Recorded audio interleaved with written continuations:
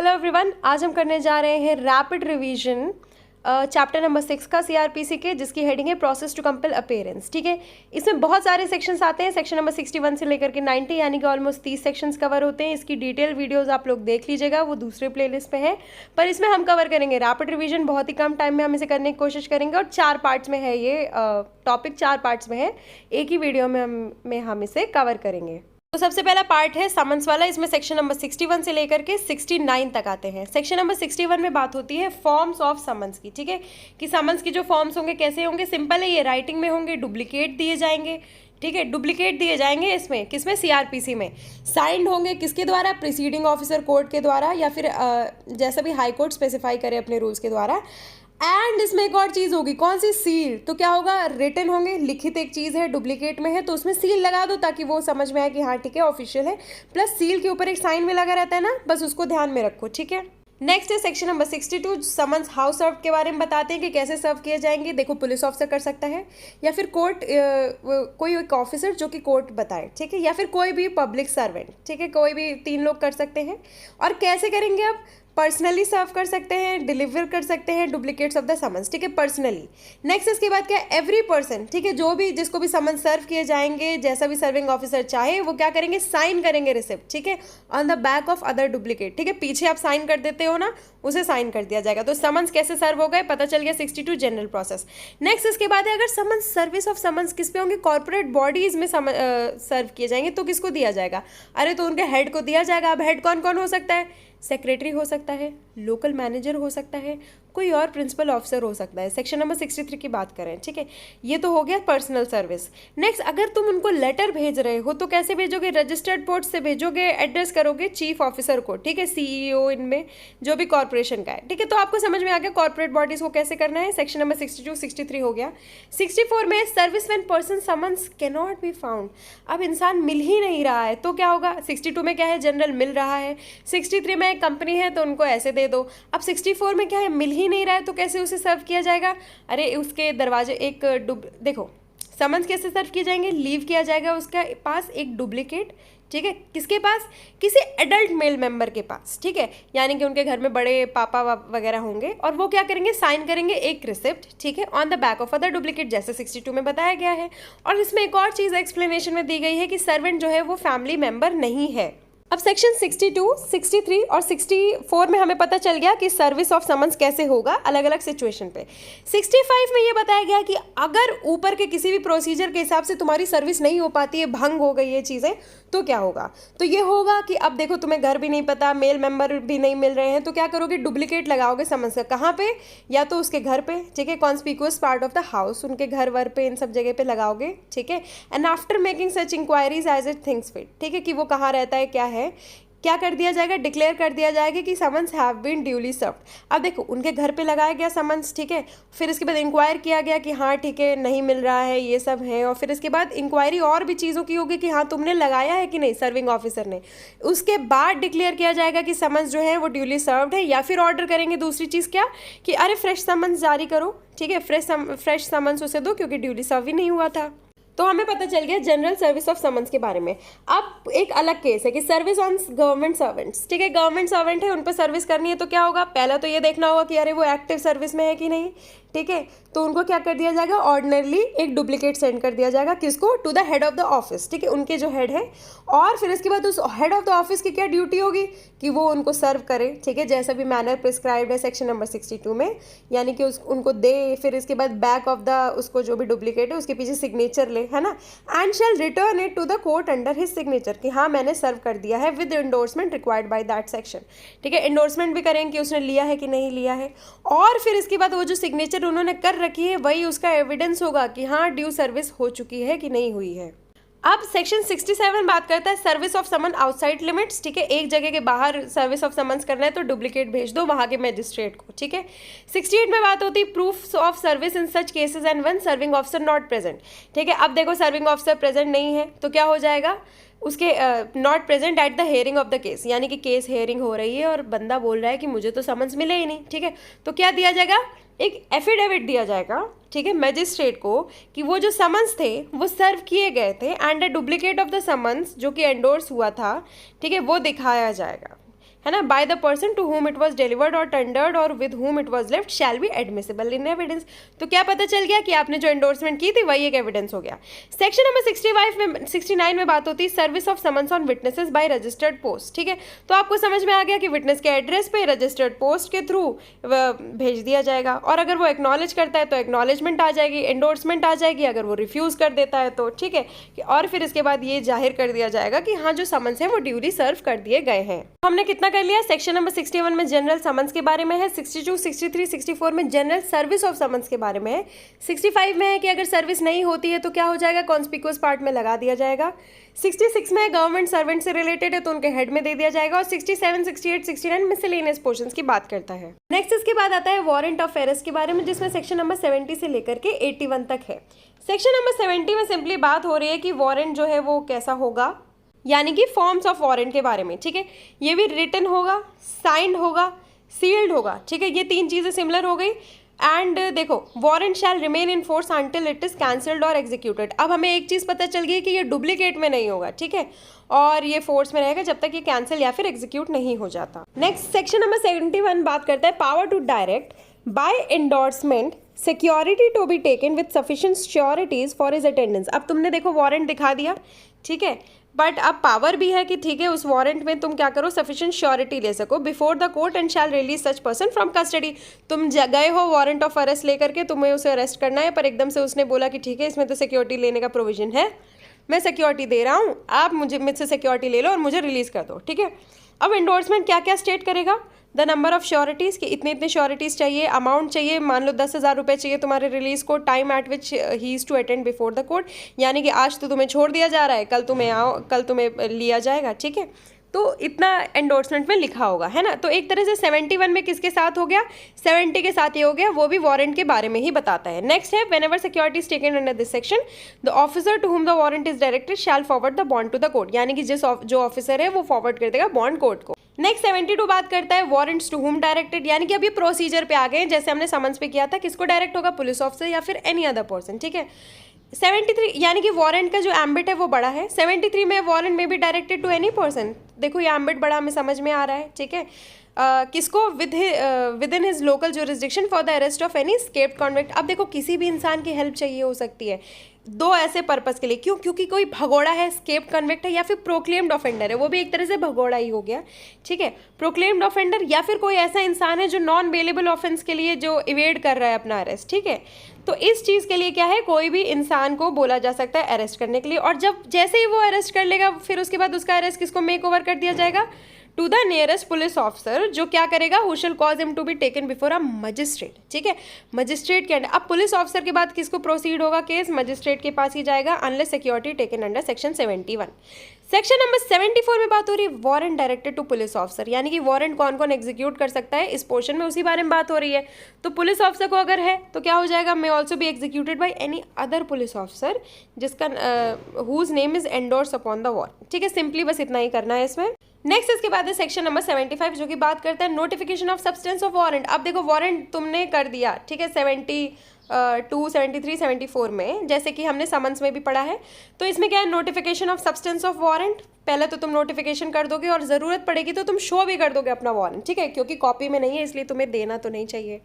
76 में person arrested to be brought before court without delay. ठीक है, पर्सन जो अरेस्ट हो गया अब उसे तुरंत कोर्ट में लेके आओ विदाउट डिले। प्रोविजो क्या है कि देखो 24 आवर्स का टाइम तो तुम्हें मिलता है, पर 24 आवर्स के अलावा एक्सीड कर सकता है टाइम। एक्सेप्शन क्या है, जर्नी टाइम। अब देखो वारंट के इस पोर्शन में और समन्स के इस पोर्शन में क्या डिफरेंस है। वारंट के इस पोर्शन में माना गया है कि देखो जो अरेस्ट करना है जिसे वो मिल ही जाएगा, कैसे ना कैसे मिल जाएगा और उसे मजिस्ट्रेट के पास ले जाया जाएगा। ठीक है, बहुत पॉजिटिव नोट पे। और समन्स पे ये देखा जा रहा है कि शायद ना मिले, है ना, भाग रहा हो, कुछ हो रहा हो, ना मिल पाए, बट इधर वारंट वाले पोर्शन में माना गया है कि मिल जाएगा, बट इसीलिए ये डिफरेंट है सेक्शंस में। नेक्स्ट इसके बाद बात हो रही है वारंट वेयर में बी एग्जीक्यूटेड, सेक्शन नंबर 74 में, किसी भी जगह पे इंडिया में, है ना। सेक्शन नंबर 78 में बात हो रही है warrant forwarded for execution outside jurisdiction. Jurisdiction के बाहर वारंट क्या है, फॉरवर्ड कर दिया गया है एग्जीक्यूशन के लिए, तो क्या हो जाएगा, किसको दे दिया जाएगा? बाय पोस्ट, ठीक है। पहले तो तुम पोस्ट करोगे, किसको पोस्ट करोगे? एग्जीक्यूटिव मजिस्ट्रेट या फिर डिस्ट्रिक्ट सुपरिटेंडेंट ऑफ पुलिस यानी कि डीएसपी साहब को करोगे, या फिर कमिश्नर ऑफ पुलिस यानी कि पुलिस को करोगे, या फिर एग्जीक्यूटिव मजिस्ट्रेट को करोगे, ठीक है। उनके लिमिट में कि वारंट एग्जीक्यूट करना है, ठीक है। फिर इसके बाद एग्जीक्यूटिव मजिस्ट्रेट या फिर ये जो अथॉरिटीज़ हैं ये क्या करेंगे? इंडोर्स करेंगे अपना नाम, ठीक है। और प्रैक्टिकेबल होगा तो क्या करेंगे? एग्जीक्यूट करेंगे वारंट जैसे भी मैनर प्रिस्क्राइब्ड है। फिर इसके बाद क्या होगा? जिस कोर्ट ने इशू किया है वारंट वो क्या करेगा? फॉरवर्ड करेगा along with the warrant substance of the information किस लिए? ताकि वो लोग देख सके कि यार इसको बेल देना है कि नहीं, छोड़ना है कि नहीं, ठीक है। क्या करना है उनको? सेक्शन नंबर 81 में डिसाइड करना है whether bail should be given और नॉट गिवन, ठीक है। तो 78 में हमने अथॉरिटी किसे दे दी? जिसको फॉरवर्ड किया कि आप जानो बेल लेना नहीं बेल लेना, ठीक है। सेक्शन नंबर 79 में बात हो रही warrant directed to police officer for execution outside jurisdiction. अब ज्यूरिसडिक्शन की बात हो रही है 77, 78, 79 में। 77 में जनरल, 78 में बाहर, 79 में क्या? पुलिस ऑफिसर को बाहर दिया जा रहा है, ठीक है। अब देखो इसमें जो कोर्ट है इशू कर रहा है वारंट, ठीक है, इंडोर्समेंट के साथ, वो तो सिमिलर है, ऊपर वाले पैराग्राफ में जो लिखा हुआ है वो सिमिलर है कि एग्जीक्यूटिव मजिस्ट्रेट को दे दोगे या फिर पुलिस ऑफिसर को दे दोगे जिसकी रैंक जो है छोटी नहीं है, ठीक है। नेक्स्ट इसके बाद क्या है? वो जो मजिस्ट्रेट है या फिर पुलिस ऑफिसर है अपना नाम इंडोर्स करेगा। ये सब चीज़ें सिमिलर चलेंगी, बट अगर इसमें एक्सेप्शन है जो आपको याद रखना है कि अगर पुलिस ऑफिसर को ऐसा लगता है कि देरी हो जाएगी इन सब फलाना ढिमकाना काम में, तो हम पकड़ नहीं पाएंगे उस इंसान को, है ना। तो 75, 76 तो वॉयलेट हो जाएगा, हम पकड़ ही नहीं पाएंगे, इसलिए उसको पकड़ना ज़रूरी है। तो बिना इन सब इंडोर्समेंट, इन सब चोचलों के वो जाएगा, पकड़ लेगा, ठीक है, बिना कुछ सोचे समझे कि ज्यूरिसडिक्शन उसका है या नहीं है। अब उसी के आगे फॉरवर्ड होता है सेक्शन नंबर 80 की अरेस्टेड जो पर्सन है वो अरेस्ट हो गया आउटसाइड द ज्यूरिसडिक्शन के एरिया से बाहर अरेस्ट हो गया, तो उसे किसके सामने लेके जाया जाएगा? कौन से मजिस्ट्रेट के सामने, ठीक है। तो जनरली क्या है? Unless the court which issued the warrant, जिस कोर्ट ने वारंट इशू किया यानी कि मेन कोर्ट, ठीक है, 30 किलोमीटर के अंदर है। 30 किलोमीटर समझ रहे हो? बहुत छोटा डिस्टेंस दिया गया है इसमें ताकि देरी ना हो जाए, ठीक है। अगर इतने डिस्टेंस में है तो ठीक है, नहीं तो अगर एग्जीक्यूटिव मजिस्ट्रेट या फिर डीएसपी का ऑफिस या फिर कमिश्नर का ऑफिस नियर है, ठीक है, उनकी ज्यूरिसडिक्शन से, तो उनको दे दिया जाए, उनके पास जाएंगे unless security is taken. Obviously अगर सिक्योरिटी ले ली गई है तो छोड़ दिया जाएगा, नहीं ली गई है तो पहले कोर्ट में जाया जाएगा जिस कोर्ट ने इशू किया है, और अगर वो कोर्ट दूर है तो एग्जीक्यूटिव मजिस्ट्रेट, डीएसपी, कमिश्नर, इनके पास ले जाया जाएगा। सेक्शन नंबर 81 में बात होती है procedure bye magistrate before home such person arrested is brought. अब मजिस्ट्रेट के सामने वो इंसान आ गया है तो अब क्या करना है, ठीक है। मजिस्ट्रेट सबसे पहले तो डायरेक्ट करेगा कि अरे इसका रिमूवल, ठीक है, कस्टडी से इसको रिमूव करो, है ना, अनटिल अनलेस उन्हें लगता है कि नहीं इसको रिमूव करना ज़रूरी नहीं, इनको कस्टडी में रखना ज़रूरी है। प्रोविज़ो क्या है? Provided that if the offence is bailable, अगर ऑफेंस बेलेबल है और पर्सन इज़ रेडी तो मजिस्ट्रेट या फिर डीएसपी क्या या फिर कमिश्नर क्या करेंगे? बेल ले लेंगे, सिक्योरिटी ले लेंगे और उसे रिलीज कर देंगे, है ना। Forward the bond to the court which issued the warrant. Next proviso क्या है? Provided further that if the offence is non bailable, ठीक है, नॉन बेलेबल है तो फिर क्या होगा? It shall be lawful for the chief judicial magistrate, ठीक है, या फिर सेशंस जज डिस्ट्रिक्ट कोर्ट का, या फिर किस चीज़ के लिए? कि वो कंसिडर करें जो भी इंफॉर्मेशन उन्होंने भेजी है उसको रेफ़र करें, ठीक है, फिर इसके बाद उसको क्या करें? रिलीज़ करें, बेल, ठीक है, क्योंकि जेल इज़ नॉट जनरल, ठीक है, जनरल क्या है कि आपको रिलीज़ कर दिया जाए। नेक्स्ट इसके बाद है nothing in this section shall be deemed to prevent a police officer from taking security under section 71। तो आई होप आपको फ्लो ऑफ वारंट वाला सेक्शन समझ में आया हो, वो एकदम सिमिलर है समन्स की तरह, बस बीच में समन्स में सेक्शन नंबर 65 और यहाँ पे सेक्शन नंबर 75 डिफरेंट है, क्योंकि 65 में सोचा है कि नहीं मिला तो, और 75 में पॉजिटिव नोट पे सोचा है कि मिल गया तो, 75, 76 में। फिर इसके बाद 67 और 77 में सिमिलर ज्यूरिसडिक्शन वाले इशूज़ आ जाते हैं। अब इसके बाद आ जाते हैं दो इंपॉर्टेंट पोर्शन सी और डी। सी बात करते हैं प्रोक्लेमेशन एंड अटैचमेंट के बारे में, इसमें कितने सेक्शंस आते हैं? 82 से 86। देन इसके बाद अदर रूल्स रिगार्डिंग प्रोसेस 87 से 90, ठीक है। तो 82 से 86 बहुत ज़रूरी है, आपको याद रखना ही हो। 82 बात करता है प्रोक्लेमेशन ऑफ पर्सन एब्सकॉन्डिंग, यानी कि जो भाग गया है तो फिर उसके बाद क्या हो जाएगा? अब देखो जहाँ पे वारंट इशू करने के आसपास लगता है कोर्ट को कि पर्सन जो है वो भाग गया है या फिर अपने आप को छुपा रहा है और वारंट जो है वो एग्जीक्यूट नहीं हो पाएगा, यानी कि कोर्ट की बेइज्जती हो जाएगी, तो कोर्ट क्या करेगा? एक रिटन प्रोक्लेमेशन करेगा, ठीक है, requiring him to appear at a specified place and at a specified time not less than 30 days। ठीक है, तो हम जो सेक्शन नंबर 75 में मान रहे थे कि हाँ वो पर्सन पकड़ा जाएगा, तो अब उसमें ये बात आ गई कि चलो मान लो नहीं पकड़ा गया तो 82 में, तो वारंट के बाद क्या आ जाएगा, प्रोक्लेमेशन आ जाएगा कि 30 दिन में मिलो वरना फिर बताते हैं ना। तो प्रोक्लेमेशन अब इसमें जब रिलीज़ करना है तो इसमें यह भी बताया गया है कि प्रोक्लेमेशन पब्लिश कैसे होगा। तो प्रोक्लेमेशन कैसे पब्लिश होगा, इमेजिन करो एक गांव है, वहाँ पे पब्लिकली रीड किया जाएगा बीच में। नेक्स्ट इसके बाद एफिक्स किया जाएगा किसी कॉन्स्पिकुअस पार्ट में घर के, ठीक है। एंड इसके बाद क्या होगा, copy thereof shall be affixed, कहाँ पे, कोर्ट हाउस में। कॉपी कहाँ, उसके घर पे, कॉपी कहाँ, उस कोर्ट हाउस पे, दोनों जगह छाप दी जाएगी। इसके बाद साथ ही साथ और थोड़े खर्चे की बात होती है, वो ये है कि डेली न्यूज़पेपर में उसको पब्लिश कर दिया जाएगा, ठीक है। फिर इसी चीज़ से रिलेटेड एक स्टेटमेंट रिलीज़ कर दी जाएगी कि हाँ प्रोक्लेमेशन जो था वो ड्यूली पब्लिश हो गया था और ये इसका कंक्लूसिव एविडेंस होगा। नेक्स्ट इसके बाद आता है सेक्शन नंबर 83 कि मान लो प्रोक्लेमेशन से भी नहीं आया तो क्या होगा। तो ये होगा कि उसकी प्रॉपर्टी वगैरह जो है छेक ली जाएगी, यानी कि अटैच कर ली जाएगी, ठीक है। कब, any time after the issue of the proclamation order, ठीक है। अब इसमें कोर्ट किस किस बातों से सेटिस्फाई होना चाहिए कि वो इंसान है वो अबाउट टू डिस्पोज कर, अपनी प्रॉपर्टी ही डिस्पोज करने वाला है या फिर अपनी प्रॉपर्टी को रिमूव करने वाला है कोर्ट के जुरिस्डिक्शन से।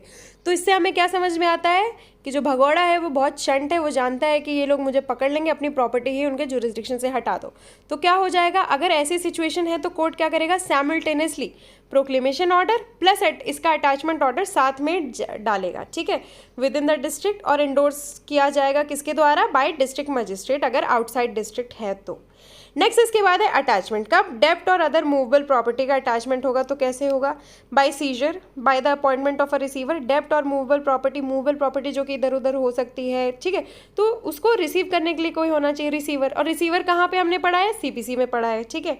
नेक्स्ट इसके बाद है by an order in writing prohibiting the delivery of such property to the proclaimed person और to any one on his behalf. मान लो सोने का जेवर है, ठीक है, अब उसको सीज कर लो या फिर रिसीवर अपॉइंट कर लो, सीज करके उस रिसीवर को दे दो, या फिर वो रिसीवर बोल आएगा कि अरे इस प्रॉपर्टी को उसको डिलीवर मत करो जो प्रोहिबिट, जो मतलब प्रोक्लेम्ड ऑफेंडर है, या फिर बाय ऑल और any two of such methods, इनका परम्यूटेशन कॉम्बिनेशन लगा के।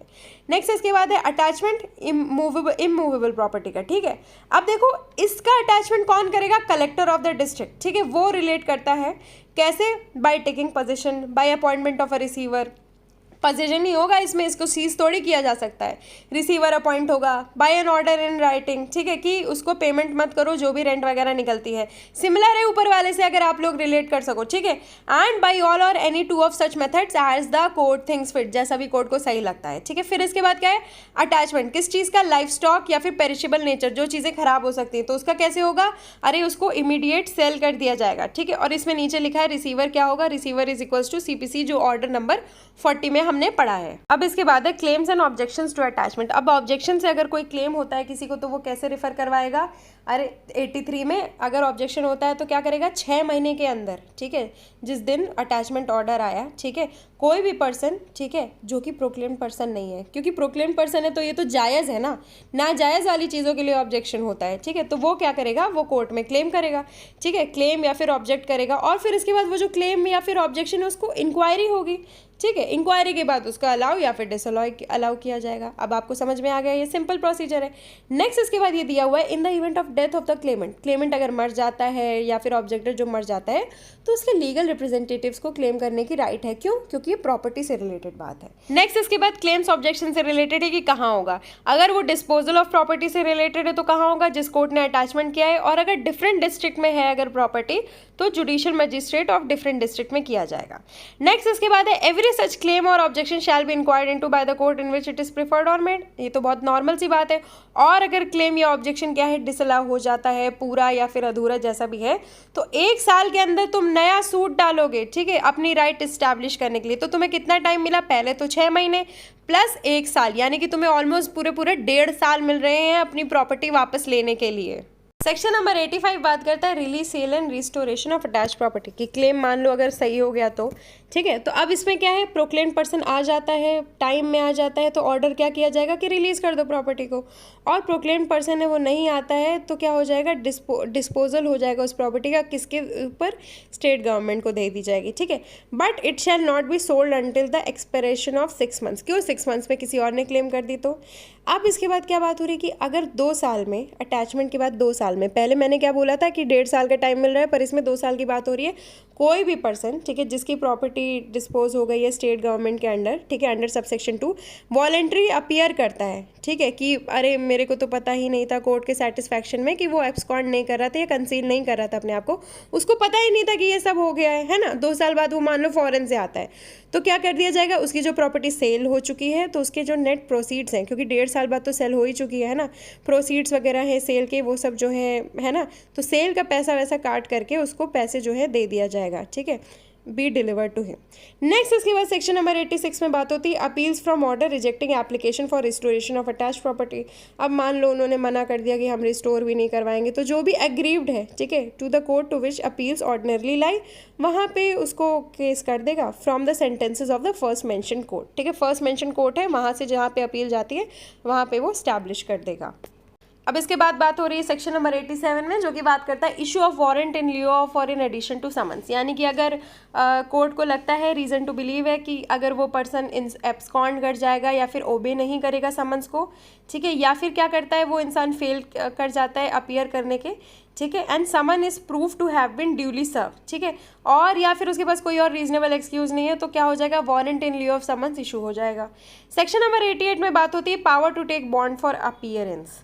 अब देखो, अगर इंसान जो है वो प्रेजेंट है कोर्ट पे, है ना, तो ऑफिसर क्या बोलेगा, आओ इधर आओ, ठीक है, तुम एग्जीक्यूट करो बॉन्ड यहीं के यहीं, और फिर इसके बाद तुम अपीयर हो जाना जब हम तुमको बुलाएंगे। नेक्स्ट एंड लास्ट स्लाइड आती है, सेक्शन नंबर 89 बात करता है arrest on breach of bond for appearance. ठीक है, अब इसमें क्या है कि अगर पर्सन अपीयर नहीं करता है तो कोर्ट क्या करेगा, वारंट इशू कर देगा directing that such person be arrested and produce before him.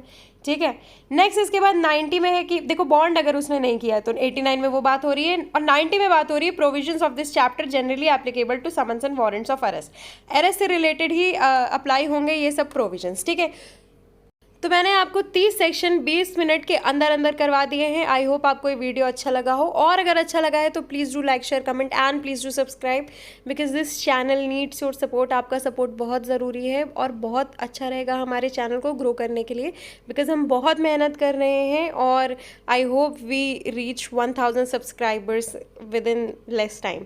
चलिए, तब तक के लिए थैंक यू।